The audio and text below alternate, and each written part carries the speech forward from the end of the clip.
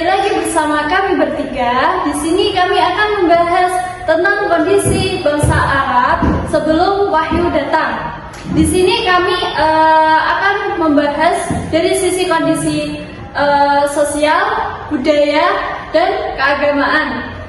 Nah, saya sebagai host lalu membawa teman saya I'anatul Jazira, dan pada diskusi ini akan dinarasumberkan oleh Mas Zikri. Jadi Mas, dulu itu kondisi bangsa Arab sebelum wahyu atau Islam itu datang, kondisinya seperti apa sih dari segi sosialnya dulu? Mungkin kalau dari segi sosial itu bangsa Arab terbagi menjadi dua suku. Yang pertama itu ada suku Baduy, itu suku yang sering berpindah-pindah tempat.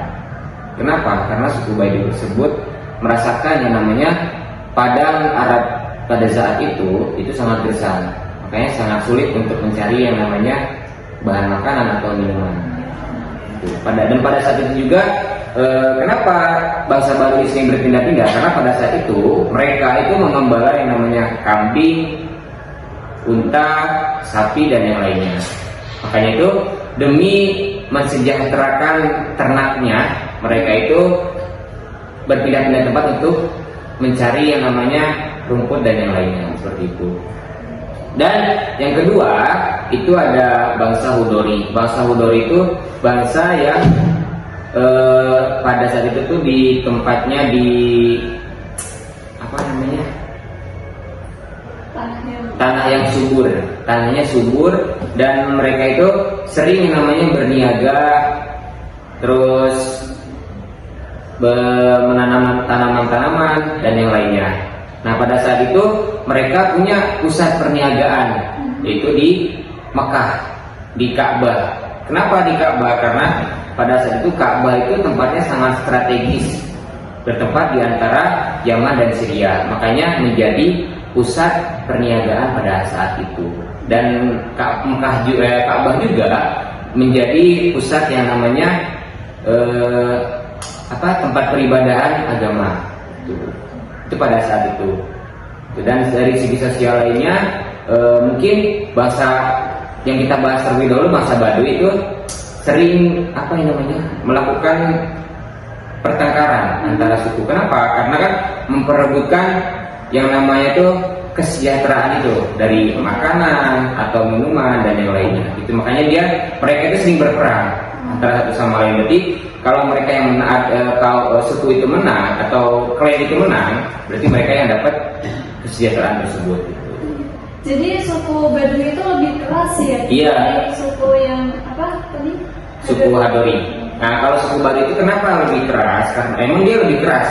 Keras dalam situasi lingkungannya lebih keras. Cuman mereka itu sangat fanatik atau sangat solidaritas itu sangat tinggi terhadap kaumnya gitu. Itu kalau suku Baduy. Kan tadi kan itu ya, suku Baduy itu kan berpindah-pindah. Nah, berarti setiap orang yang ada di situ yang berpindah-pindah itu dinamakan suku Baduy gitu? Ya, mungkin pada saat itu yang orang yang berpindah-pindah di daerah Arab tersebut ya bisa dinamakan suku Baduy. Kenapa ya? Karena kan tadi itu bangsa Arab itu kan tanahnya sangat gersang gitu. Untuk mencari makanan aja sama minuman susah gitu loh. Kalau apa? Berarti mereka bertempat tinggal atau enggak? Bertempat tinggal, tapi mereka itu bertempat tinggal itu di bawah tenda yang sederhana. Tuh kalau suku Baduy itu. Terus habis itu ketika di tempat itu sudah habis, pindah lagi gitu. Makanya mereka kan nggak memakai bangunan, cuman mereka bertempat tinggal dengan tenda yang sederhana. Nah, apakah dia berpindahnya di daerah itu aja atau sampai keluar-keluar di Eropa gitu? Enggak, cuma daerah Jazirah Arab saja pada saat itu. Kalau suku Baduy. Lalu kalau dari segi kondisi politik dulu pemerintahnya gimana? Nah, kalau dari kondisi politik pada saat itu jadi nggak ada yang namanya sistem pemerintahan pemindahan ketua atau presiden atau raja lah ya. Nah, itu nggak ada. Jadi kalau pada saat itu pemerintahan itu jadi orang yang paling tertua, orang yang paling kaya, orang yang paling banyak keturunan, maka dia menjadi pengganti pemimpin suku pada saat itu. Jadi nggak ada kayak kita kan ada yang namanya pemilihan umum dulu baru terpilih menjadi presiden atau yang lainnya. Kalau pada saat itu nggak ada. Pada saat itu ya langsung gitu, kalau dia yang paling tua dan orang kaya dan yang lainnya, berarti dia bisa menggantikan pemimpin sebelumnya. Kalau seumpama ya, zaman dulu itu ada dua orang yang apa yang tadi ada yang paling tua, yang paling kaya, itu kira-kira gimana Pemilihan ya mungkin pada zaman itu diseleksi terlebih dahulu gitu. Ada seleksinya atau bisa dicari dulu mana sih orang yang paling tua itu dan mana sih orang yang paling kaya itu. Jadi nggak langsung gitu ya, paling diseleksi dulu, cuma nggak dipilih sama masyarakat langsung, cuma diseleksi sama beberapa orang aja. Habis itu kalau dia terlihat orang paling tua dan terkaya banyak turunannya gitu, baru dia menjadi pemimpin pada saat itu. Kalau dikaitkan sama yang sosial tadi kan ada suku Beduni sama suku Beduni. Nah itu kira-kira pas politik itu tuh dari Beduni atau dari atau masing-masing suku itu punya itu sendiri? Kalau buat pemerintahan itu sama seperti itu.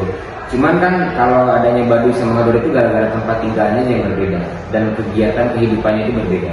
Cuman kalau dari sistem pemerintahan bangsa Arab pada saat itu ya seperti itu pemerintahan. Jadi nggak ada perbedaan di antara kedua suku itu. Penting yang paling tua, paling kaya berarti dia yang memiliki kuasa. Jadi itu menurut pengamatan masyarakat itu ya? Jadi pengamatan masyarakat pada saat itu. Soalnya kan biasanya kalau misalnya kita memilih ketua ya, kalau dipikir aja ketua kan pasti kita nunjuk satu orang dulu gitu ya. Enggak satu orang nunjuk satu orang gitu ya. Enggak. Iya. Dan satu orang nunjuk satu orang gitu. Nah kalau itu akan harus semuanya sepakat menunjuk satu orang itu atau ada satu orang menunjuk satu orang itu terus nanti lainnya ikut itu atau udah sepakat bersama? Ya dalam sistem penyeleksian itu jadi ada beberapa orang yang menyeleksi, oh dia ini orangnya seperti apa. Jadi ada yang menyelidiki gitu loh, menyelidiki oh dia orang kaya, orang tua, bisa banyak keturunannya baru dia.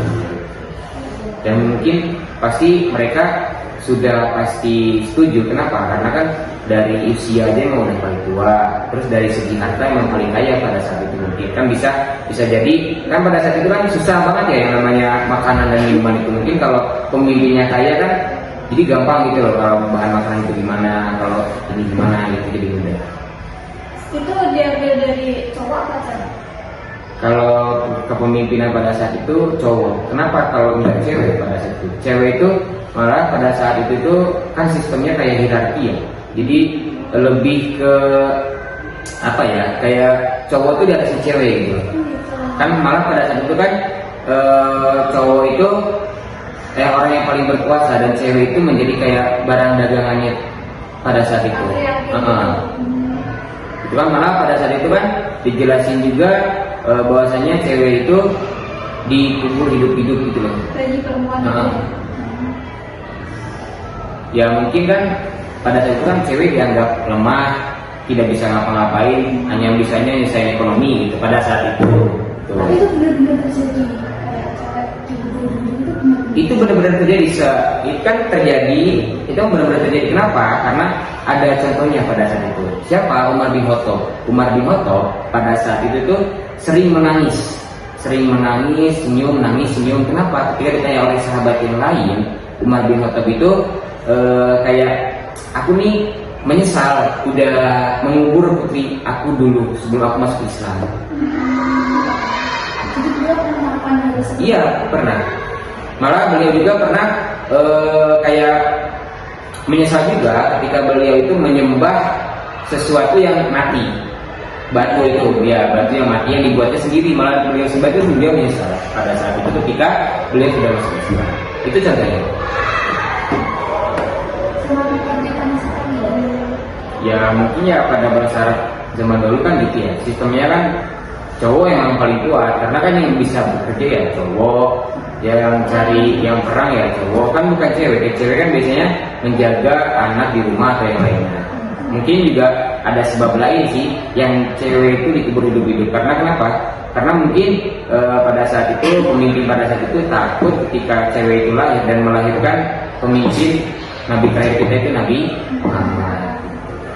Kan tadi kan dari masalah apa bayi perempuan di kubur-kubur hidup-hidup maksudnya itu kok bisa apa perempuan kayak dewasa seperti ini kok bisa hidup itu Mungkin kalau perempuan bisa hidup dewasa itu dialihkan terlebih dahulu ke tempat yang lain.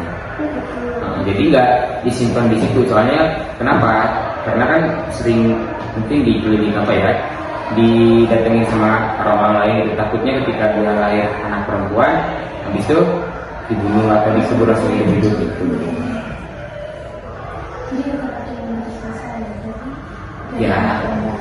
Ya mungkin kalau nggak ada yang tersisa kan mungkin ada kita semua tidak ada di sini.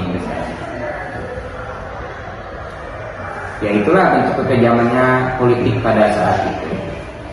Sehingga pemerintah, tapi ya yang saya telusuri itu ternyata politik di sana juga ketika sudah mempunyai pemimpin, tapi mereka itu tidak menghiraukan pemimpin, paham nggak? Jadi mereka itu ya udah pemimpin itu ya hanya jabatannya aja, iya formalitasnya aja. Jadi nggak memperdulikan ada pemimpin, tapi mereka itu sangat menghormati yang namanya syekh. Syekh itu kayak bukan yang bisa disebut penyair. Karena kenapa? Karena pada saat itu syair itu sangat berharga bagi bangsa pada saat itu. Malah bisa jadi kamu bisa tahu sesuatu ada istiadat dan yang lain itu dari syair itu. Makanya syair itu pada zaman dahulu ya sangat berharga buat bangsa tersebut. Makanya mereka itu lebih ke syekh daripada ke pemimpinnya. Tapi kenapa syekhnya nggak Ya mereka juga tunduk ke syekhnya itu pada saat pembagian sesuatu atau harta sesudah peperangan. Nah itu mereka baru tunduk. Nah habis itu setelah itu mereka juga tunduk ketika mau bikin strategi perang. Itu mereka juga baru tunduk. Setelah itu nggak ada. Ya, mereka hidupnya bebas kayak nggak ada hukum gitu loh kalau mereka itu. Itu ya udah terserah dia mau ngapain. Itulah pada bangsa Arab pada saat itu. jadi emang zaman dahulu itu keras banget ya sampai tega banget bayi masih kecil masih merah itu hidup ya Allah. Lalu itu dari sisi kondisi keagamaan itu ya kayak gitu? Enggak, kalau dari sisi keagamaan mereka itu punya yang namanya keyakinan paganisme dan Yudaisme. Jadi paganisme itu yang tidak percaya kepada monoteisme atau satu Tuhan tersebut. Itu kalau paganisme. Jadi mereka itu percayanya ke dewa-dewa gitu loh, patung-patung yang lain itu. Iya. Nah kalau Yudaisme itu masih percaya terhadap polytheisme atau satu Tuhan. Tadi kan yang percaya satu Tuhan itu apakah percaya satu Tuhan itu Allah atau cuma percaya Tuhan aja? Ya mungkin pada saat itu mereka percaya bahwasanya Tuhan itu Allah atau ada Tuhan itu ya. Tapi pada saat itu juga mereka di sisi lain percaya bahwasanya Nabi Isa itu pemimpinnya mereka itu bersatu dengan yang namanya Roh Kudus atau Nabi Isa itu disebut dengan Roh Kudus yang bersatu dengan Tuhan. Jadi mereka itu beranggapan bahwasanya Nabi Isa itu anaknya Allah. Jadi itu bisa menciptakan agama Kristen sekarang? Itu bisa nggak? Kalau apanya maksudnya gimana? Kan tadi kan Nabi Isa kan dipercaya sebagai Roh Kudus atau anaknya Tuhan Allah. Nah itu itu alirannya kalau dikaitkan dengan sekarang itu bisa agama Kristen itu enggak? Ya mungkin kan sampai sekarang mereka masih percaya. Bahwasanya kan kalau disebut sekarang kan Yesus lah. Nah, mereka percayanya Yesus bukan Nabi Isa.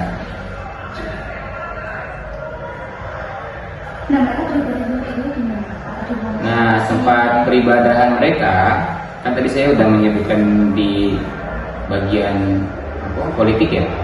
Nah bahwasanya mereka itu beribadah itu di satu tempat yaitu dijadikan, bukan dia menjadi sumber tempat utama peribadahan dia di Mekah itu. Jadi di Mekah dulu tuh ada empat berhala yang utama. Yang pertama itu Sanam, terus Waton, habis itu Nusuk, habis itu Hubal. Sanam itu yang terbuat dari kayu tapi wujudnya itu perorangan. Nah kalau Waton itu yang terbuat dari batu doang. Nah terus kalau Nusuk itu yang terbuat dari batu karang tapi yang tidak terwujud. Jadi nggak jelas itu wujudnya. Nah, kalau Hibal itu yang terbuat dari yang berbentuk Tuhan, cuman dia itu kayak bahannya itu menggunakan akik. Pada saat itu ya udah dewa-dewa yang empat tadi itu yang paling tertinggi lah pada saat itu. Makanya banyak orang yang berziarah ke sana. Kenapa? Karena kan pada saat itu umatnya itu emang udah jadi apa ya? Kayak paganisme itu udah kayak beribu-ribu tahun gitu. Padahal kan masih baru-baru Masehi itu terbuatnya. Itu kira-kira yang dibuat disegani sama masyarakat saat itu enggak ya? Kan membuat Tuhan kita nih gitu. Itu kira-kira disegani enggak? Mungkin kalau yang membuat berhala yang tersebut ya mungkin ya agak cukup terkenal lah. Terus juga kalau semisal itu terkenal juga mungkin bisa lah, bisa di dihormati lah, karena kan dia yang bikin gitu loh. Lalu kan itu kan udah ada Ka'bah belum kira-kira? Kalau Ka'bah udah ada, cuman bentuknya kan beda kayak sama sekarang. Kalau dulu kan hanya batu-batu doang Ka'bah itu, nggak kayak sekarang kan bentuknya kotak gitu kan, kubus kayak gitu kan enggak. Dulu kan hanya batu-batu doang. Dulu pada saat itu kondisi ini tuh dibuat berhala nggak? Maksudnya dibuat menyembah berhala diletakkan di Ka'bah atau gimana? Di sekitar, bukan di dalam. Mungkin ya kalau bagiku ya itu hanya di sekitarnya aja, sekitar Ka'bah gitu. Di Ka'bah itu dikelilingi sama berhala gitu loh. Nah gitu. Jadi mereka aja menyembah di situ, di daerah situ gitu loh. Makanya kan pada saat itu kan Ka'bah itu Mekah itu kan jadi tempat pusat peribadahan, karena ya mungkin ada salah satunya ada bangunan, bukan bangunan ya, kayak ada 4 berhala tersebut gitu. Berarti pada zaman itu benar-benar ya agama Islam sama sekali. Kalau pada saat itu bukan Islam namanya, kan Islam belum datang ya. Nah pada saat itu tuh namanya agama Hanif. Hanif itu yang percaya dengan tauhid, yang tidak memegang Nasrani dan Yahudi. Dia percaya atas keesaan Allah, itu namanya agama Hanif. Yang dibawa oleh Nabi Ibrahim itu, nah itu namanya agama Hanif. Dan belum keluar pemimpin ke Islam, jadi belum syariat. Mungkin kalau saya kan di Islam itu ya, nah kayak kan pada saat itu kan emang bener-bener zamannya jahiliyah gitu loh, sehingga hukum juga belum, ya kayak mereka itu nggak punya hukum gitu loh, ya udah terserah mereka. Kecuali kalau mereka itu kayak menganiaya orang, misalnya salah satu dari kita ada yang dianiaya oleh mereka, nah kita tuh boleh membalas mereka. Tapi ketika kita membayar dengan materi, uang, itu kita nggak boleh membalas kepada mereka. Apa sih? Kayak mereka itu menganiaya, nah mereka itu bayar uang kepada kita, berarti kita nggak boleh membalas kepada mereka, karena kita boleh diganti sama materi. Ya karena kan bahan pencaharian pada saat itu kan susah. Mungkin. Jadi harga dirinya manusia mungkin di atasnya duit mungkin. Tapi kan saya belum terlalu paham terhadap kondisi pada saat itu. Itu hanya secara apa yang saya pahami saja. Kita sudah mendengarkan tadi pembelajaran materi tentang sebelum agama Islam itu datang ke Mekah dari Mas Dikri.